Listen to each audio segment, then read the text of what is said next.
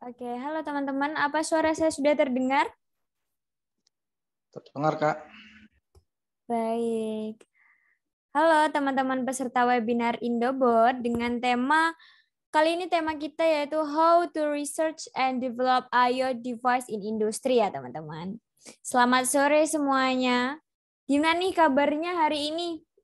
Semoga baik semua ya teman-teman ya. Oke, sembari menunggu teman-teman yang lain join nih, saya mau menyapa teman-teman yang ada di Zoom dahulu nih. Saya mau menyapa Kak Rivaldi. Halo Kak Rivaldi. Kak Rivaldi Cahaya Saputra. Apa udah siap di depan laptop nih? Atau handphone? Siap. Oh siap. Gimana Kak kabarnya? Asalnya dari mana Kak? Dari Tangerang Selatan, alhamdulillah baik. Alhamdulillah. Oke. Mana nih yang asalnya juga dari Tangerang Selatan? Boleh resen kali ya? Mungkin ada yang sedaerah?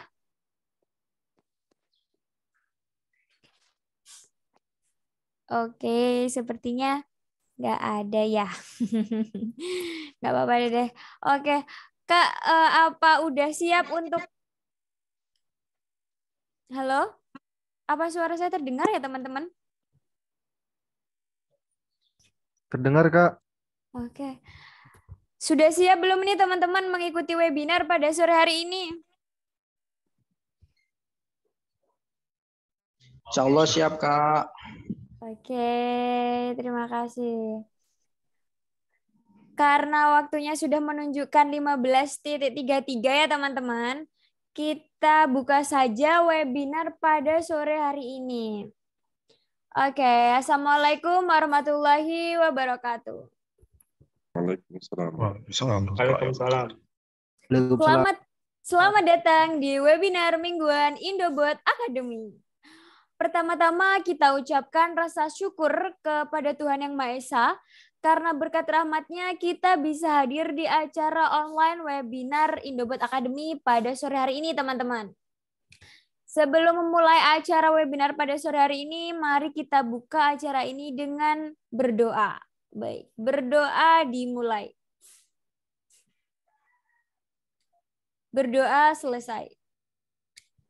Oke, perkenalkan saya Farin, tim dari Indobot yang akan memandu acara ini beberapa menit ke depan ya teman-teman.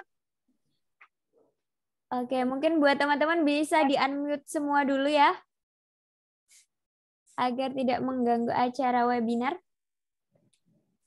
Oke, baik di sini kita kedatangan tamu yang sangat spesial nih teman-teman, yaitu Kak Ahmad Sony Al-Fatani. Halo, selamat sore Kak Sony. Ya, halo, selamat sore Mbak Farin dan semuanya. Waduh, ini kok nggak kelihatan nih Kak wajahnya. Oke, sudah kelihatan. Apa kabar nih Kak? Ya, baik, sangat baik. Gimana Mbak Farin dan semuanya di sini? Baik.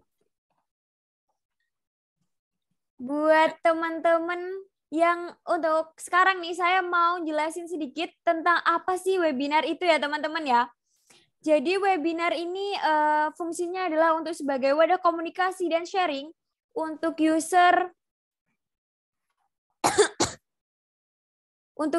dan juga para praktisi IoT untuk meramaikan ekosistem IoT di Indonesia, teman-teman. Materinya itu terdiri dari basic dan konsep dari Internet of Things. Melalui webinar ini yang diharapkan peserta dapat memahami lebih baik mengenal how to research and develop IoT device in industry. Sesuai dengan tema kita kali ini ya teman-teman. Cocok banget nih sama pemateri kita sore kali ini, yaitu Kak Ahmad Sony Al-Fatani. Oke. Sebelum memasuki acara inti ya teman-teman, saya izin untuk menjelaskan sedikit saja mengenai perusahaan Indobot gitu teman-teman. Jadi mungkin ada beberapa teman-teman yang masih bingung apa sih perusahaan Indobot itu sebenarnya. Jadi saya izin share screen sebentar ya teman-teman.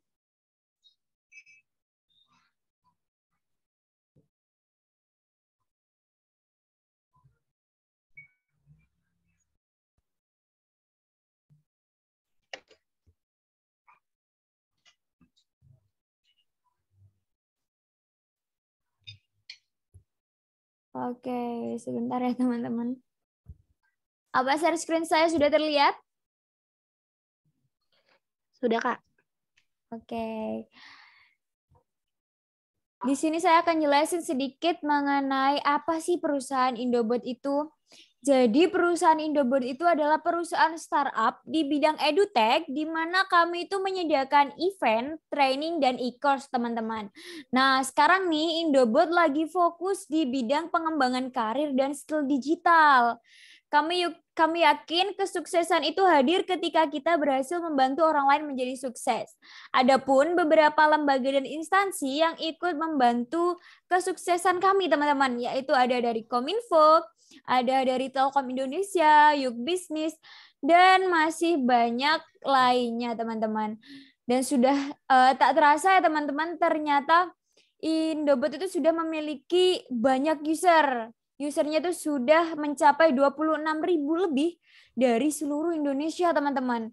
Dan kita juga mendapatkan rating 4,8/5 dari Google Customer Review teman-teman. Begitu. Dan kita itu sukses juga dibantu oleh klien-klien kami yang percaya pada kami teman-teman. Antara lain ada KAI, ada Nestle, ada MNC Sky Vision, dan masih banyak lainnya yang teman-teman bisa lihat di sini ya teman-teman. Dan Indobot itu juga kerap mendapatkan achievement, alhamdulillah ya teman-teman. Ini ada beberapa achievement Indobot, antara lain ada Tech Planter Singapura round 2018. Begitu teman-teman. Nah, untuk program-programnya Indobot yang lagi dijalanin itu ada Digitalent Batch 2 dan Batch 3 yang bekerja sama dengan Kominfo. Yang kedua ada MSIB, yang batch ketiga yang bekerja sama dengan Kemendikbud. Dan ini pendaftarannya diperpanjang sampai 31 Juli kalau nggak salah teman-teman. Jadi buat teman-teman yang ingin mendaftar MSIB ini bisa ya teman-teman, masih dibuka. Teman-teman bisa langsung cek di Instagram kami, Indobot_event gitu teman-teman. Dan untuk program yang ketiga, Indobot itu ada business to business. Dan yang keempat ada pelatihan sertifikasi IoT teman-teman gitu. Jadi itu tadi penjelasan singkat tentang Indobot ya teman-teman. Nah, sebelum masuk acara inti nih, saya mau ngajak teman-teman semua yang hadir untuk mendokumentasikan webinar kita kali ini ya teman-teman. Dan kalian dapat mengunggahnya ke media sosial Bapak, Ibu, atau teman-teman semua di Instagram Story dengan hashtag webinar Indobot dan mention ke Instagram kami @indobot.co.id dan indobot_event teman-teman. Karena akan dipilih satu pemenang dengan postingan yang paling menarik dan kreatif yang akan mendapatkan kelas gratis di Indobot Academy. Wah, nggak boleh disia-siain nih guys, kesempatan emas. Selanjutnya nih saya akan bacakan susunan acara pada sore hari ini ya. Yang pertama ada pembukaan, kedua ada penyampaian materi, yang ketiga ada Q&A, dan yang keempat pengumuman kemenangan, dan yang kelima penutupan teman-teman. Sekali lagi dalam kegiatan ini kami memohon kepada seluruh peserta untuk menjaga ketertiban acara dengan menonaktifkan mikrofon dan bisa tetap menyalakan kamera selama acara berlangsung ya teman-teman.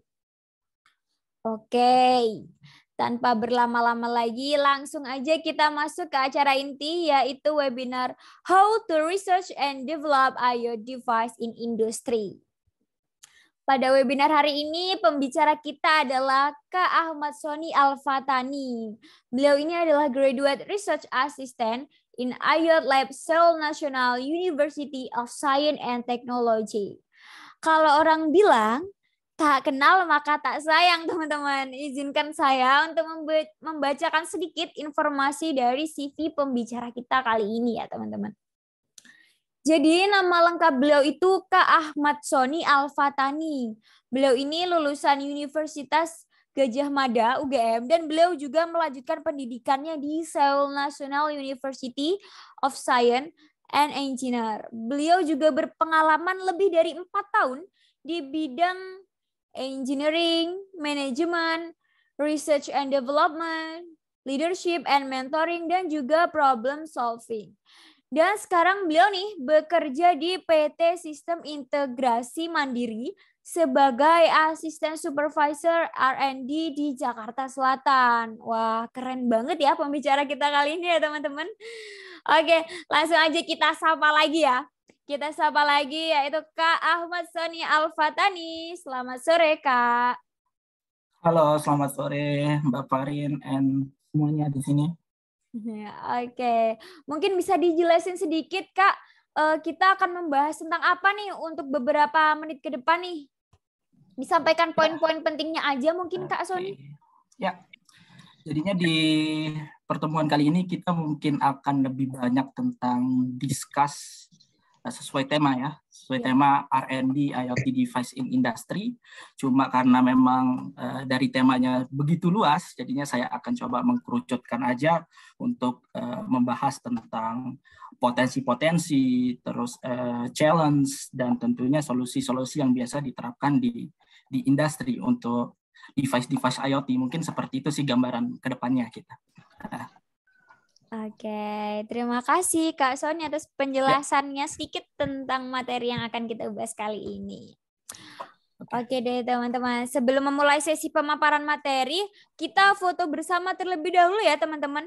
Dimohon kepada para peserta untuk menyalakan kamera nih teman-teman. Bisa sisiran dulu, bisa rapin baju dulu ya teman-teman ya. Oke, sudah siap? Wah, ini kok masih banyak yang belum on cam nih. Kita tunggu sebentar ya. Bisa sisiran dulu, bisa rapi-rapi di depan laptop atau handphone ya teman-teman. Oke, sepertinya sudah banyak yang on cam nih. Maaf Kak, kamera laptop saya rusak. Oh, nggak apa-apa Kak. Baik. 1, 2, 3. Slide kedua, 1, 2, 3. Slide ketiga, 1, 2, 3. Oke, terima kasih teman-teman. Aku di slide keberapa, Kak? Slide keberapa ya? Hey, kasih tahu dong. Baik deh Kak, kita. Minum. Halo, buat teman-teman bisa di mute dulu ya teman-teman ya. Kita lanjut ke acara berikutnya ya teman-teman ya. Oh iya teman-teman, jangan lupa ya, jika teman-teman mau ada yang ditanyakan ke Kak Sony, bisa langsung tulis di kolom chat aja ya teman-teman.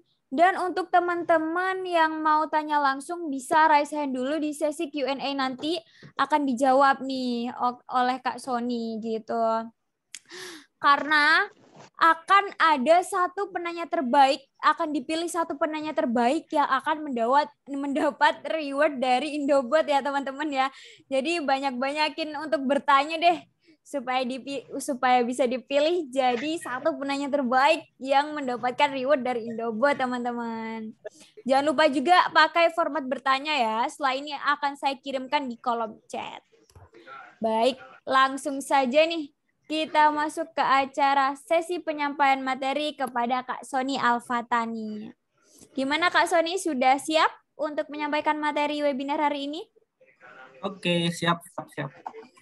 Oke, waktu dan tempat kami persilakan ya Kak. Siap, izin share screen dulu ya. Oke. Apakah udah terlihat? Sudah Kak. Ya. Oke. Terima kasih sebelumnya. Selamat sore semuanya dan terima kasih banyak kepada Indobot yang sudah mengadakan sesi webinar sekaligus discussion ini. Kebetulan pada sesi ini saya akan sedikit membahas atau discuss lah ya bersama teman-teman. Saya lihat juga tadi ada banyak senior di sini gitu ya. Jadinya nanti keluaran dari webinar ini kita akan mungkin kebanyakan tentang discuss gitu. Tapi untuk sebelum discuss mungkin saya akan sedikit memberikan gambaran terkait materi pada sore hari ini gitu. Oke, untuk tema pada sore ini seperti yang sudah diketahui semua orang mungkin ya, kita akan mengarah ke R&D untuk IoT device di industri gitu. Jadinya berbicara tentang IoT dan industri memang merupakan isu yang sangat seksi untuk tahun-tahun belakangan ini gitu ya, karena memang begitu banyak event gitu, baik dari event university kalau kita berbicara di dunia research ataupun dari pemerintah sendiri atau government yang menyokong event-event yang untuk memajukan ekosistem di Indonesia terkait industri dan IoT ini gitu ya. Oke, saya akan lanjut sedikit. Oke, mungkin slide ini atau gambaran ini sudah begitu familiar di kalangan teman-teman semua gitu ya. Jadinya ini adalah menjelaskan sedikit tentang journey dari perkembangan industri gitu. Dan saat ini kita sudah mengklaim bahwa memang kita pada fase industri 4.0 gitu ya, di mana memang pada fase ini gitu ya, machine to machine itu sudah bisa berkomunikasi. Pada generasi sebelumnya mungkin masih ada ibarat operator di tengahnya, tetapi pada industri 4.4 ini lebih menekankan pada machine to machine gitu. Tapi tadi di depan mungkin ada B2B, kalau di industri 4.0 itu machine to machine gitu, M to M. Tentunya untuk pada level industri 4.0 ini bukan merupakan isu yang baru gitu ya, melainkan memang sudah dicetuskan udah lama gitu ya. Mungkin di Indonesia mungkin di tahun belakang ini baru banyak sekali diskusi yang membahas tentang ini. Memang sebenarnya isu tentang revolusi industri 4.0 ini memang sudah disampaikan di Jerman waktu itu oleh sekelompok ilmuwan di sana pada acara salah satu event yang disebut sebagai Hannover Fair gitu ya, yang akan di Jerman. Memang tujuannya itu mencetuskan industri ini, istilah ini sebagai stimulus gitu ya, karena memang begitu banyak challenge-challenge yang perlu diselesaikan di industri yang tentunya memerlukan integrasi digital, solusi-solusi digital gitu, yang akan nanti kita akan bahas di slide-slide berikutnya. Oke, saya akan lanjut ke challenge gitu ya. Ada beberapa challenge memang yang kita lihat saat ini, mungkin beberapa senior di sini yang sudah memang berkarir di dunia industri mungkin sudah merasakan begitu erat dengan permasalahan-permasalahan ini ya, karena memang kebutuhan supply and demand gitu ya, kebutuhan akan produk semakin tinggi, tentunya itu memaksa industri harus menghasilkan produk lebih banyak, atau dengan kata lain memiliki indeks productivity yang jauh lebih banyak daripada sebelumnya gitu ya.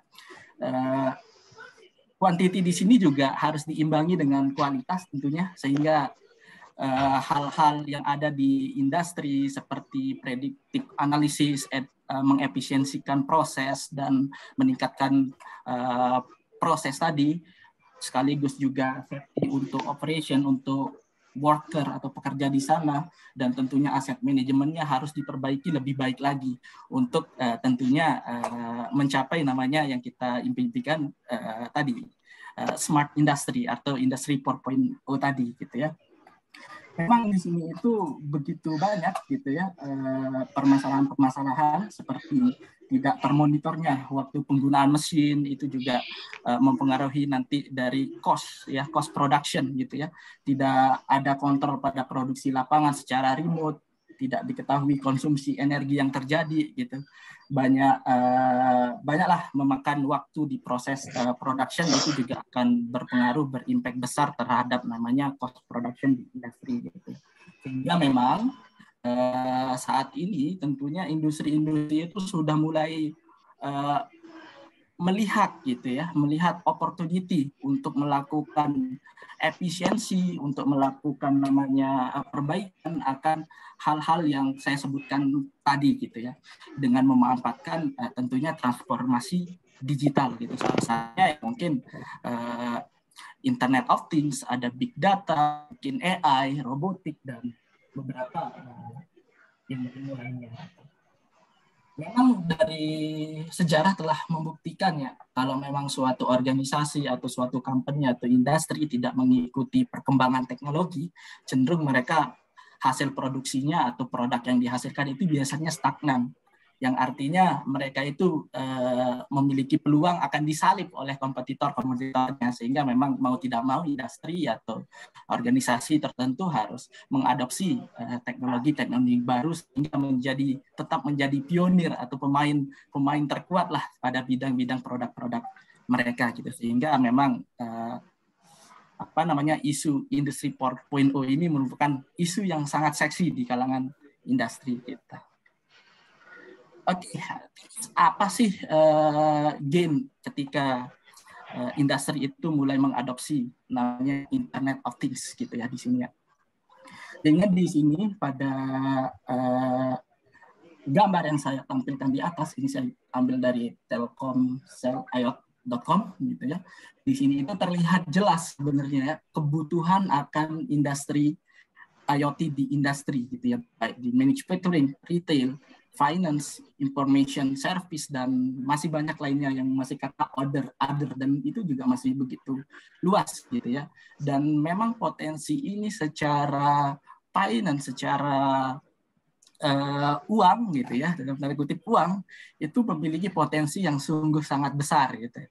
Bahkan hingga sampai 3,9 triliun gitu di US dollar di tahun 2025.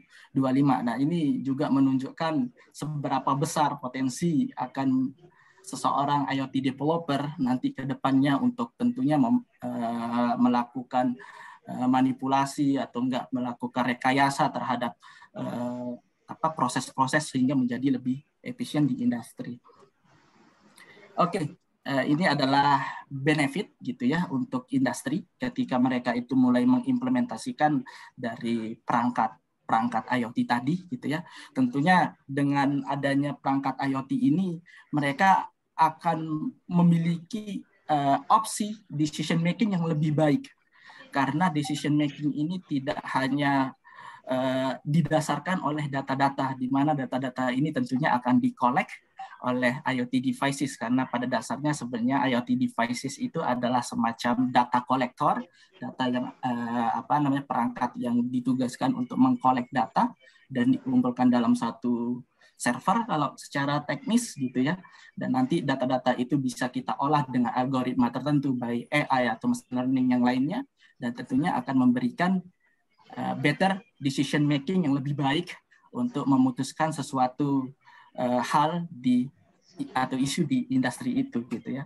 Tentunya dengan adanya IoT ini juga tentunya melakukan improving ya productivity, karena tentunya setelah kita melakukan monitoring atau mengukur semua parameter yang terjadi dalam proses industri, leader atau supervisor di sana tentu akan, atau manajemen di sana tentu akan bisa membuat skenario atau menyusun skenario lebih baik lagi bagaimana meningkatkan productivity tadi itu berdasarkan data-data yang sudah kita dapatkan. Tentunya itu akan secara langsung akan berimpact kepada cost efisiensi ya, cost efisiensi dari produksi dari industri itu sendiri gitu.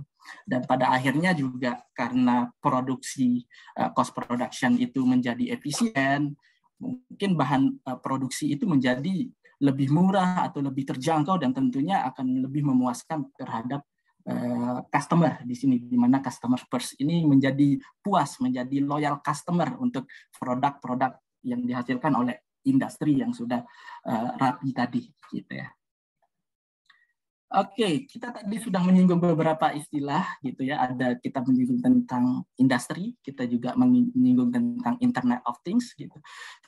Saya yakin semua dari kita di sini itu sudah begitu familiar lah dengan istilah Internet of Things gitu ya. Tetapi memang Internet of Things ini hanya sekedar konsep gitu ya. Konsep di mana ada suatu objek atau suatu benda yang kita memang injekkan atau kita pasangkan atau kita tumpangkan semacam device kecil yang berupa sensor ataupun aktuator ataupun software di sana yang memiliki tugas ya tadi melakukan collecting data dan melakukan transfer data gitu ya, baik itu server, baik itu local storage dan lain-lainnya, dan memungkinkan berkomunikasi satu dengan yang lain, one each other gitu ya, mereka bisa berkomunikasi satu dan device dengan lainnya, sehingga memang IoT ini sangat erat hubungannya dengan industri 4.0 tadi ya, yaitu machine to machine, bisa berkomunikasi seperti itu. Ini adalah salah satu pengertiannya, dan memang versi pengertiannya ya banyak sekali gitu ya, tergantung intinya aja gitu. Nah di sini juga saya menemukan data yang lumayan menarik, tentunya juga ini adalah di market Indonesia sendiri. Kalau tadi mungkin kita berbicara market yang lebih luas, ini market Indonesia sendiri gitu ya. Ini memang kita melihat dari tren saja pertumbuhan akan kebutuhan IoT ini terus sekali meningkat gitu ya. Bahkan ini sudah sampai 1,6 ya triliun di tahun 2025 gitu. Jadinya ini merupakan angin segar lah kepada kita para IoT engineer atau orang-orang yang bergerak di bidang instrumentasi yang memang fokus untuk mengembangkan solusi-solusi yang membantu klien-klien kita di dunia industri maupun bidang-bidang yang lain gitu ya, mungkin seperti itu. Oke, ini adalah beberapa contoh. Kebetulan ini adalah contoh yang saya ambil dari salah satu startup teknologi yang memang bergerak khusus di bidang IoT dari Synopsys.id. Nah, ini adalah contoh-contoh produk-produk yang dihasilkan oleh anak bangsa, dan tentunya ini merupakan hal yang bagus gitu ya terhadap environment atau enggak lingkungan pengembangan IoT di Indonesia gitu. Dan ini juga bisa menjadi semangat bagi teman-teman developer lainnya untuk mengembangkan produk-produk yang serupa gitu. Apa sih challenge gitu ya? Kita lihat tadi itu begitu dari potensinya begitu sangat menarik akan IoT ini, tapi mungkin apa sih challenge-nya? Emang mudah nggak IoT itu gitu ya? Mungkin terlihat simple, sederhana, tetapi memang ada beberapa challenge, dan ini saya cukup mengambil 3 challenge yang biasa memang kita coba selesaikan di dunia researcher maupun di dunia industri gitu ya. Pertama itu terkait tentang connectivity gitu ya. Jadinya salah satu konsep tadi ya satu konsep. Sur, ini karena gini, Sur. Oke, tadi salah satu konsep tadi itu bahwa device IoT gitu ya, satu dengan yang lain.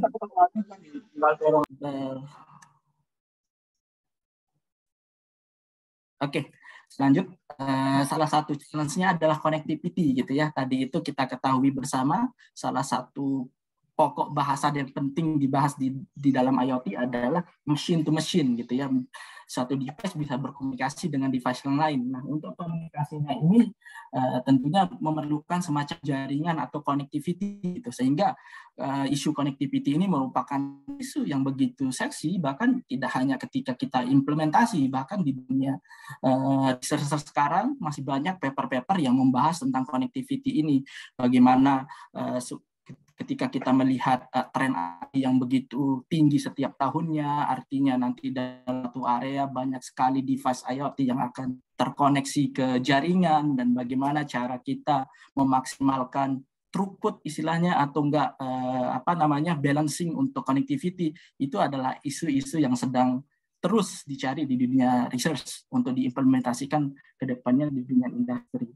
Selanjutnya isu security. Memang isu network security ini sudah mulai hangat saat ini. Mungkin 3 tahun atau 4 tahun belakangan mungkin tidak terlalu populer, tapi setelah perkembangan IoT begitu masif, orang-orang mulai berpikir bagaimana cara melindungi device-device mereka yang terkoneksi ke internet, karena itu akan memberikan peluang kepada individu atau sekelompok orang yang iseng-iseng untuk melakukan hack gitu ya.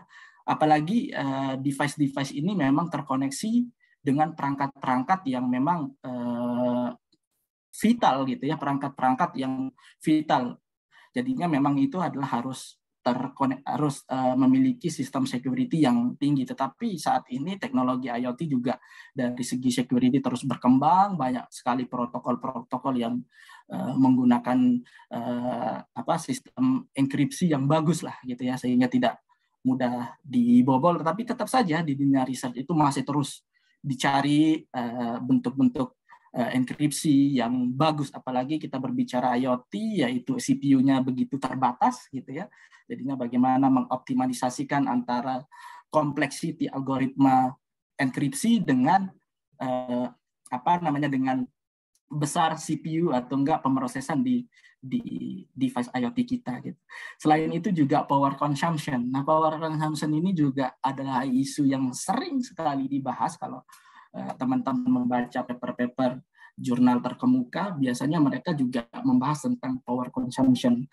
Karena memang saat ini yang mungkin kebanyakan device IoT memang sumbernya langsung dari, kalau di Indonesia mungkin PLN gitu.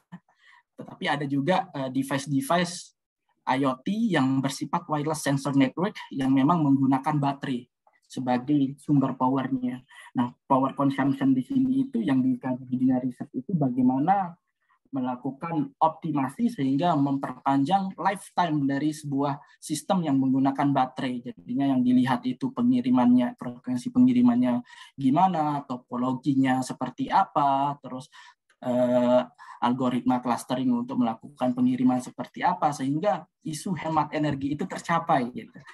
Power consumption ini juga menjadi isu juga dulu di dunia Bluetooth gitu ya. Kita juga sekarang mengenal istilah BLE, Bluetooth Low Energy.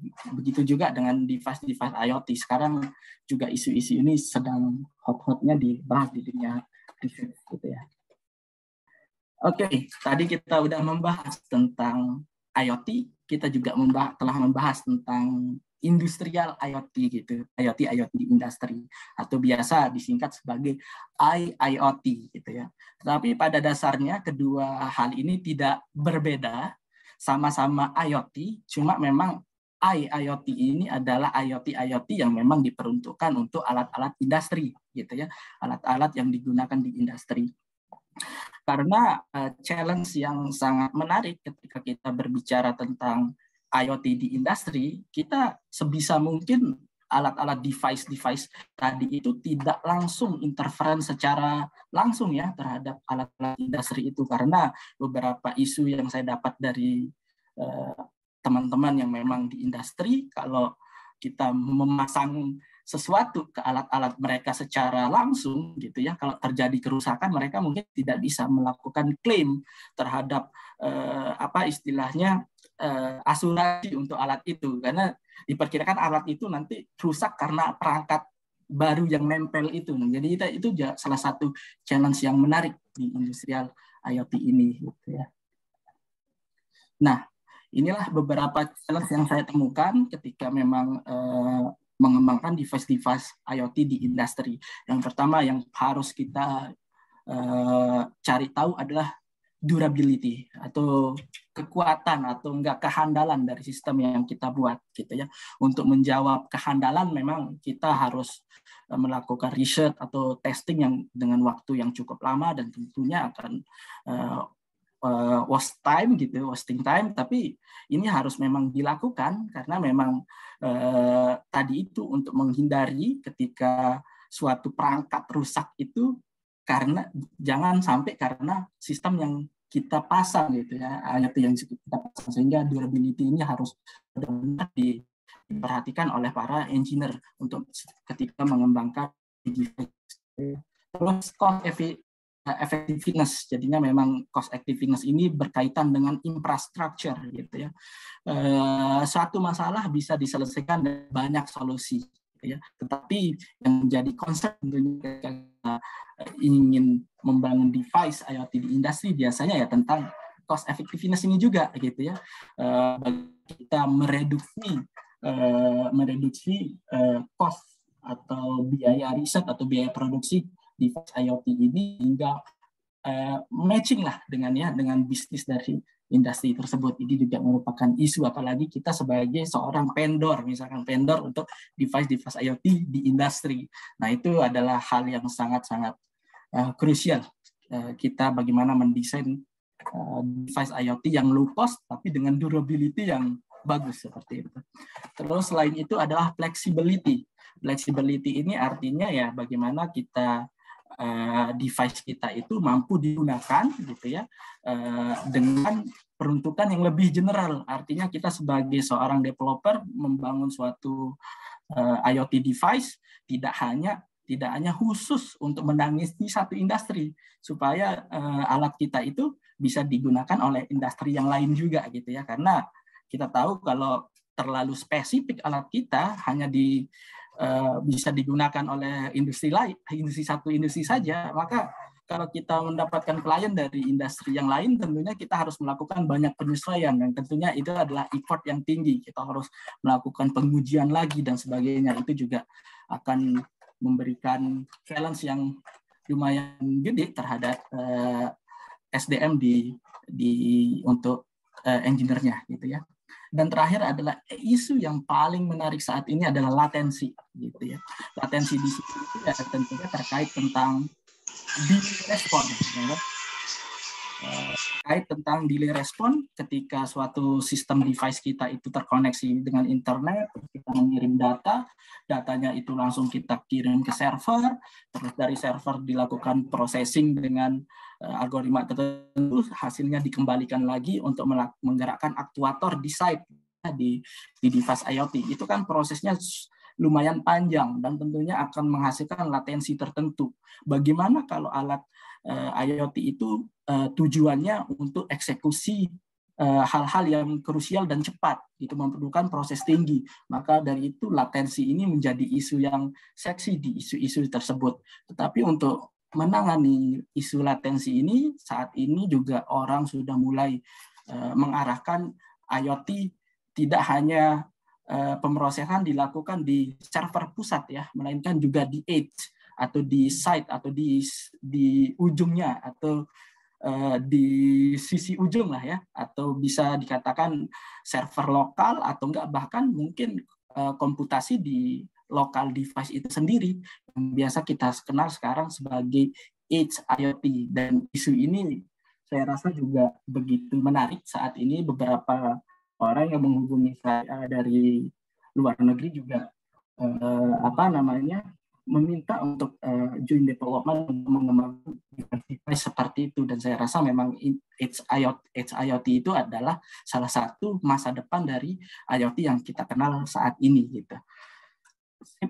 Mungkin seperti itu untuk pembahasan saya. Saya harapkan nanti di sesi diskusi kita bisa lebih jauh membahas tentang IoT di industri ini ya. Mungkin seperti itu Mbak Ferry. Terima kasih.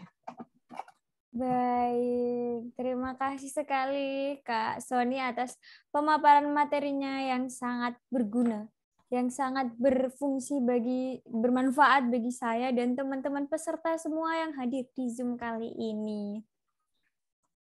Oke, kita langsung masuk ke sesi selanjutnya ya Kak, yaitu sesi Q&A nih teman-teman. Jadi buat teman-teman yang mau bertanya kepada Kak Sony, boleh langsung chat di Zoom ini ya teman-teman, atau teman-teman bisa raise hand teman-teman. Jadi kalau teman-teman raise hand bisa langsung tanya nih ke Kak Sony nih. Oke, sepertinya ini ada pertanyaan ya Kak dari Kak Hardian Saputra dari Serang. Izin Bang, boleh kasih gambaran satu contoh aplikasi IoT dalam peningkatan produksi pada industri manufaktur? Gitu Kak pertanyaannya. Mungkin boleh bantu dijawab ya Kak? Oke, dalam industri manufacturing gitu ya. Jadinya pengalaman saya ada salah satu PT perusahaan yang termasuk perusahaan gede di Jawa Tengah juga waktu itu memang membutuhkan alat sederhana sebenarnya, alat monitoring seperti current voltage meter gitu ya, atau smart meter. Tapi dengan alat-alat device yang sederhana seperti itu sebenarnya memiliki impact yang besar bagi mereka. Mereka itu isunya waktu itu adalah mereka ingin melakukan pengukuran konsumsi power terhadap alat mereka ketika memproduksi memproduksi produk tertentu. Contoh case, misalkan saya memproduksi produk A, berapa konsumsi powernya, produk B berapa konsumsi powernya, produk C berapa konsumsi powernya. Nah, itu mereka ingin tahu sebenarnya realnya seperti apa, sehingga mereka benar-benar tahu untuk dari segi bisnis mereka ternyata mana produk yang memerlukan power consumption yang lebih tinggi, sehingga itu akan dijadikan untuk menentukan harga yang lebih akurat sehingga lebih fair terhadap customer dan tentunya bisnis mereka. Itu mungkin salah satu contoh sederhana. Bahkan sederhana smart meter saja ternyata sangat berfungsi bagi perusahaan-perusahaan manufacturer seperti itu. Mungkin seperti itu Mas Hardian gitu ya. Selain itu juga di manufacturing juga isu yang banyak sering dikeluhkan sampai saat ini adalah terkait aset manajemen sistem mereka gitu ya. Mereka punya banyak material, punya banyak alat atau equipment. Nah, mereka juga pengen tahu lebih detail terkait tentang aset mereka lebih rapi, dan itu juga begitu bagus untuk industri-industri semacam itu. Selain itu juga, tetapi memang tantangannya kebanyakan industri-industri yang di Indonesia yang saya lihat itu kalau berbicara kebanyakan industri metal ya, dan itu juga kalau kita menyelesaikan dengan IoT atau yang memanfaatkan device-device yang memanfaatkan gelombang electromagnetic field sebagai media pengiriman data gitu ya, itu akan menjadi challenging karena kita tahu gelombang electromagnetic field itu sangat pekat terhadap namanya metal ya kan, dan itu juga salah satu challenge lah buat kita nanti ke depannya, bagaimana membuat device yang bersifat anti metal atau enggak punya semacam istilahnya toleransi lah terhadap metal seperti itu. Mungkin seperti itu Mas Hardian. Oke, gimana nih Mas Hardian Syaputra? Apakah sudah terjawab dengan jelas? Oke, sepertinya sudah ya. Baik, kita lanjut ke pertanyaan selanjutnya nih Kak. Ada dari Kak Davin Kota Batu. Mohon izin bertanya Kak, menurut Kakak, apakah dengan adanya IoT ini memungkinkan untuk mengurangi potensi terjadinya kecelakaan kerja dalam dunia industri? Selain itu, apakah mungkin IoT menimbulkan masalah baru yang berhubungan dengan safety risk gitu Kak? Ya. Oke, ini pertanyaan yang sangat menarik dari Mas Devian gitu ya. Apakah mungkin IoT tadi itu mengurangi terjadi kecelakaan kerja di dalam dunia industri? Tentunya sangat mungkin gitu ya. Jadinya kalau kita berbicara tentang IoT gitu, tidak hanya mengukur parameter menggunakan sensor kelembaban atau apa, bahkan kamera itu juga termasuk sensor kan gitu. Dan saya tahu ada beberapa startup di Jogja juga yang memang mengembangkan untuk safety untuk pada para pekerja gitu ya. Dan itu tentunya akan mengurangi resiko bagi para pekerja tersebut. Tetapi pertanyaan kedua lebih menarik lagi. Apakah ini akan menimbulkan masalah baru? Nah, ini pertanyaan yang luar biasa ya. Jadinya memang biasanya kalau kita mengembangkan solusi gitulah, ya kan, pasti sebenarnya ada hal yang akan side effect. Biasanya pasti ada. Side effect itu pasti ada. Memang udah hukum alam ya, ketika suatu entropi diturunkan di suatu tempat lain, pasti ada entropi lain yang akan berkurang gitu. Secara konsep fisikanya seperti itu. Dan tentunya kalau kita berbicara IoT yang udah mungkin dia itu bisa mengontrol sesuatu di mesin, kalau security-nya nggak kuat, ya kan nggak bagus gitu ya. Ini berpotensi untuk dilakukan hacking ya oleh orang-orang yang tidak apa istilahnya ya, tidak baik niatnya gitu ya, itu tuh akan membuat tentunya kecelakaan itu terjadi gitu. Terus selain itu IoT itu tadi juga harus memiliki durability yang bagus gitu ya. Artinya durability yang bagus itu tidak hanya tahan secara fisik, melainkan juga secara algoritma di sana gitu ya. Kalau memang alatnya yang dipasang di industri itu bisa dikatakan kurang, durability-nya kurang, tentunya nanti akan menjadi masalah baru terhadap permasalahan yang ingin diselesaikan. Mungkin seperti itu, Mas Andri Setiadi. Ya. Oke, terima kasih Mas Sony atas jawabannya. Gimana nih Mas Davin Kota Batu? Apakah sudah terjawab pertanyaannya dengan jelas gitu? Apa masih ada yang kurang jelas? Boleh ditanyain lagi nih. Oke, sepertinya sudah. Kita lanjut. Oh, baik Kak, terima kasih banyak atas jawabannya. Itu Mas Sony. Kita lanjut ke pertanyaan selanjutnya. Ada dari Kak Andri Setia Adi dari Bekasi. Mau tanya untuk keamanan IoT atau IIoT, apakah harus menggunakan perangkat tambahan seperti switch maupun router khusus IoT dalam mengelola manajemen keamanan dari serangan atau penetrasi perangkat IoT? Apakah dari alatnya sendiri sudah dapat mengcover tersebut? Dan minta referensi contoh satu alat dalam manajemen keamanan yang sering dipakai saat ini, gitu Kak Sony. Ya, wah pertanyaannya begitu teknis gitu ya. Memang kalau cenderung apakah kita menggunakan switch atau enggak firewall secara lokal akan meningkatkan security itu tentu saja. Jadinya beberapa perangkat memang dibangun dengan koneksi lokal untuk yang tadi itu mengurangi resiko bisa dibajak dari luar ya, apalagi menggunakan public IP tentunya akan menambah resiko itu. Jadinya dengan menambah switch atau enggak firewall dan membangun IoT itu secara lokal gitu ya, secara lokal di suatu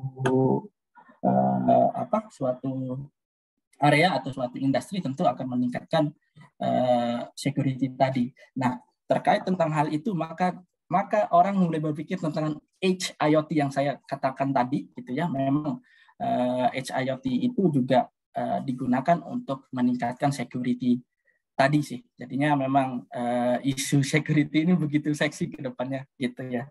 Terus salah satu contoh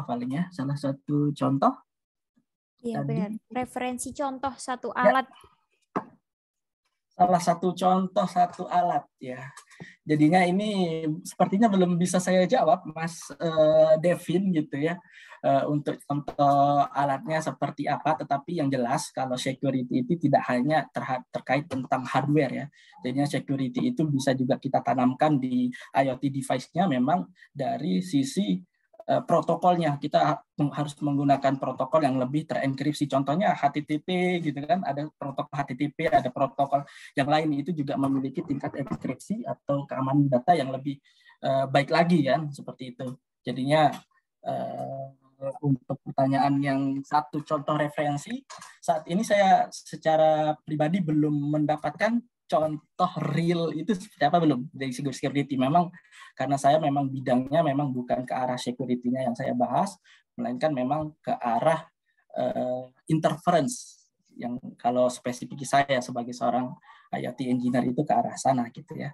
Tapi biasa sebagai implementator ya saya biasanya security itu ya tadi menambahkan switch atau firewall ataupun meningkatkan dengan menggunakan protokol-protokol yang lebih secure seperti itu.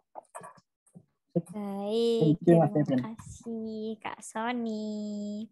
Kita lanjut ke pertanyaan selanjutnya ya Kak ya. Ada dari Kak Umar Budi lagi. Sistem komunikasi data apa yang cocok di industri yang banyak menggunakan motor induksi Kak? Seperti itu pertanyaannya.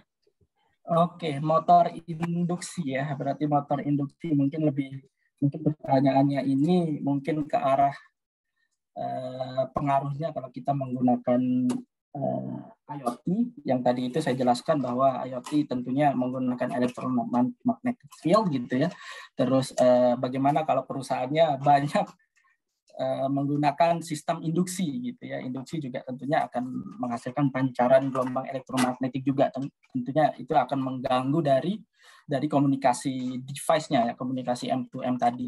Mungkin salah satu teknologi yang saat ini memang dikembangkan itu ada istilahnya Li-Fi. Tapi memang ini masih sampai produk lab ya, masih belum banyak. Saya lihat produk-produk itu masih belum ada.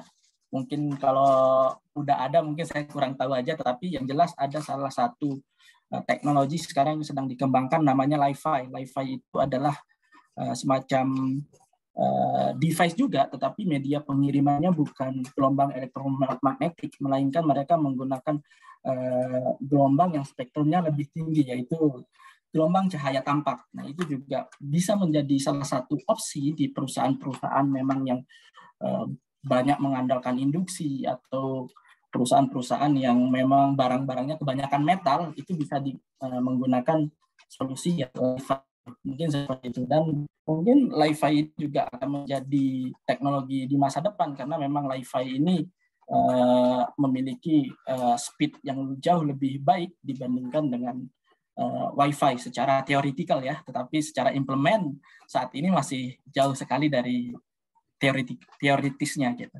Mungkin seperti itu Mas Umar Budi gitu ya. Oke, terima kasih Kak Sony. Gimana nih Kak Umar Budi, apakah jawabannya sudah jelas? Mungkin kalau belum jelas bisa ditanyakan kembali nih. Oke, terima kasih Mas, gitu Mas. Kita lanjut deh ya ke pertanyaan selanjutnya. Ini ada dari Kak Abdul Wafi dari Pasuruan.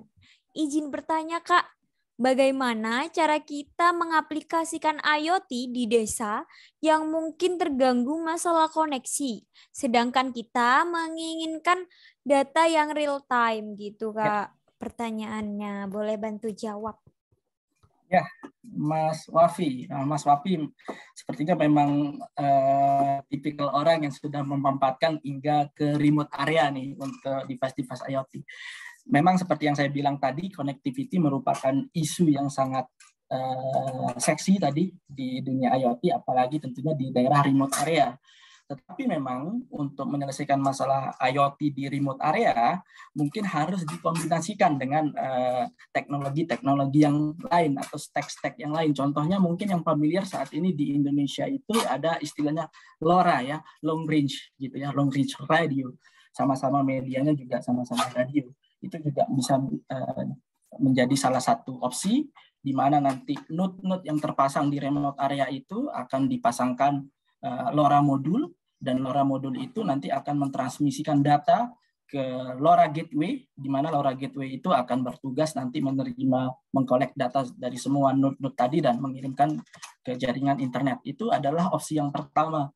Ada juga orang-orang sekarang itu mengembangkan dengan menggunakan PSAT. Jadinya ada beberapa device elektronis yang memang support terhadap komunikasi satelit. Tetapi permasalahan mereka biasanya di biaya cost ya. Cost-nya, karena memang untuk komunikasi satelit itu jauh lebih mahal ya dibandingkan GSM atau yang lain gitu. Mungkin itu dua opsi itu yang bisa dilakukan Mas Wafi kita. Ya. Oke, terima kasih Kak Sony atas jawabannya. Gimana Kak Wafi, apakah sudah terjawab dengan jelas? Oke, nanti kalau kurang jelas bisa tanya kembali ya ke Kak Sony ya ini. Kita lanjut nih, ternyata ada peserta yang raise hand, teman-teman. Yaitu Kak Marudut Panjaitan. Halo Kak Marudut Panjaitan. Halo Kak. Oke. Ini asalnya dari mana Kak? Dari Medan, Sumatera Utara Kak. Oke, siap. Bisa langsung bertanya ke Mas Sony ya Kak. Waktu dan tempat kami persilakan. Mas Sony. Ya, ini Mas, begini. Saya kan ada juga mengikuti terkait dengan cyber security. Ini cyber security ini kan berhubungan dengan Internet of Things ya Mas ya. Pasti itu Mas kan, IoT. Nah, di sini saya mau bertanya, bagaimana solusi penataan proses tata kelola keamanan informasi? Karena kan begitu banyaknya yang namanya informasi yang beredar di internet, dan memang itu sangat kompleks gitu. Nah, tentu kan kalau tidak dibarengi dengan yang namanya cyber security, itu kan bisa kolaps gitu, Mas. Benar. Bahkan terjadi yang namanya pencurian data, lalu kemudian perang propaganda, perang informasi propaganda, belum lagi nanti terkait itu dengan yang namanya serangan cyber yang mengancam sektor-sektor pelayanan publik, ekonomi, kan gitu Mas, pertahanan, keamanan, dan energi gitu. Yang mau saya tanyakan adalah bagaimana solusi penataan proses tata kelola keamanan informasi itu, Mas? Terima kasih, Mas, sebelumnya. Horas. Ya, Horas. Ya, terima kasih, Pak Marudin Panjaitan. Pertanyaannya juga sungguh sangat teknis sekali gitu ya. Tapi saya mau disclaimer dulu bahwa sebenarnya bidang saya tidak banyak ke arah security, tapi saya akan mencoba menjawab dengan pengalaman-pengalaman saya gitu ya. Jadinya khususnya untuk dunia Internet of Things ini, ketika kita mengimplementasikan suatu device di industri gitu.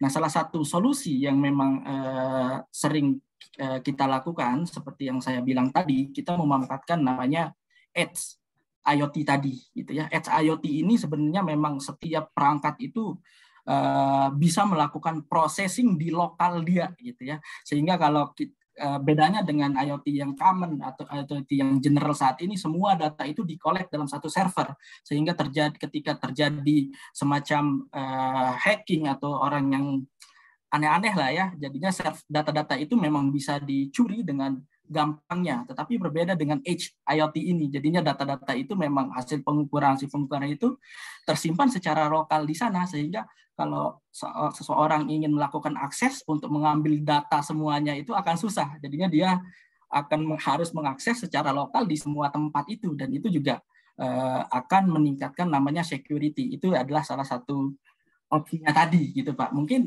itu saat ini yang pengalaman saya yang saya lakukan sih seperti itu, Pak.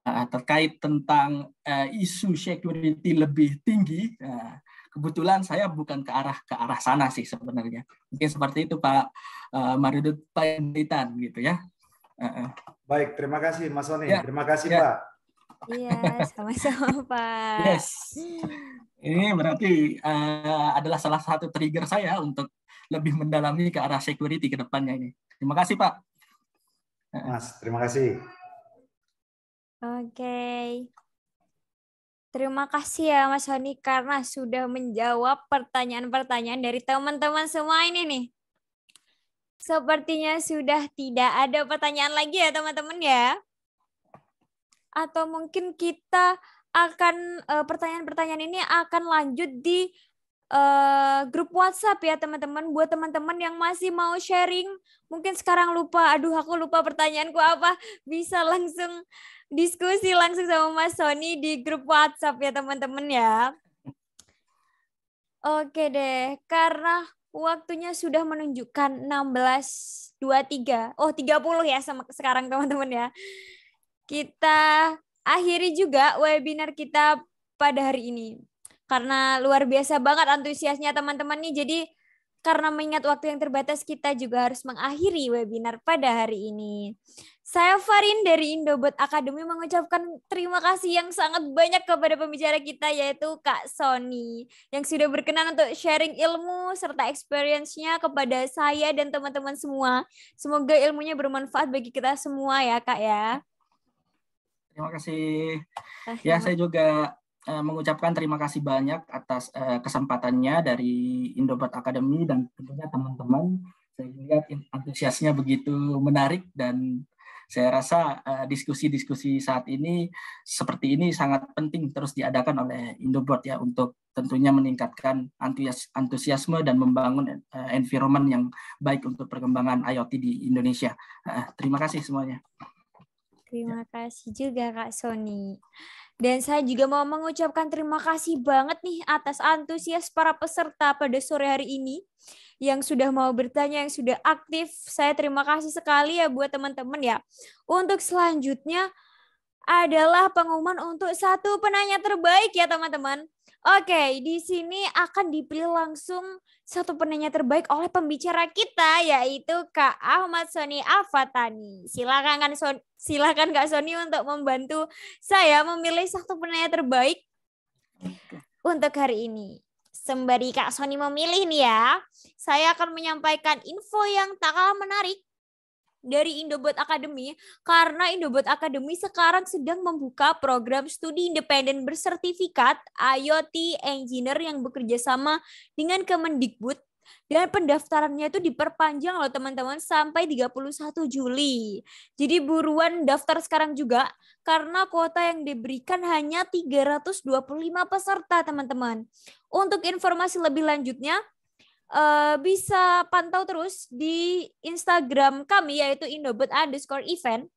Dan untuk pendaftarannya kalian bisa kunjungi laman datalisa.id/msib Indobot ya teman-teman ya. Gitu. Oke nih, gimana Kak Sony? Udah ketemu belum satu penanya terbaik nih diberikan kepada siapa? Ya, saya rasa semua pertanyaan itu sangat berkualitas dan baik-baik sekali, Mbak. Jadi agak susah, cuma karena memang harus memilih ya, saya harus pilih ya. Mungkin menurut saya pertanyaannya yang menarik dari Mas Andri Setiadi ya tadi dari Bekasi menurut saya. Mungkin itu sih, Mbak. Baik, kami ucapkan selamat kepada Kak Andri Setiadi dari Bekasi. Untuk reward penanya terbaik, silakan bisa menghubungi admin via WhatsApp yang ada di grup ya Kak ya. Untuk informasi sertifikat dan jadwal webinar selanjutnya akan kami share melalui grup WhatsApp resmi webinar Indobot teman-teman. Dan jangan lupa juga nih untuk mengisi feedback webinar. Link feedback akan saya share di kolom chat Zoom ya teman-teman. Oke, sebentar. Nah, itu adalah link untuk mengisi feedback dan untuk mendapatkan sertifikat ya teman-teman. Oke deh, dan saya di sini selaku moderator mohon maaf banget jika ada beberapa kata atau perbuatan yang kurang berkenan ya teman-teman. Terima kasih sekali lagi untuk antusias para peserta dan tamu undangan saya. Saya Farintim dari Indobot. Pamit undur diri dahulu. Wassalamualaikum warahmatullahi wabarakatuh. Sampai bertemu di webinar minggu depan ya teman-teman. Terima kasih Kak Sony. Terima kasih. See you semuanya.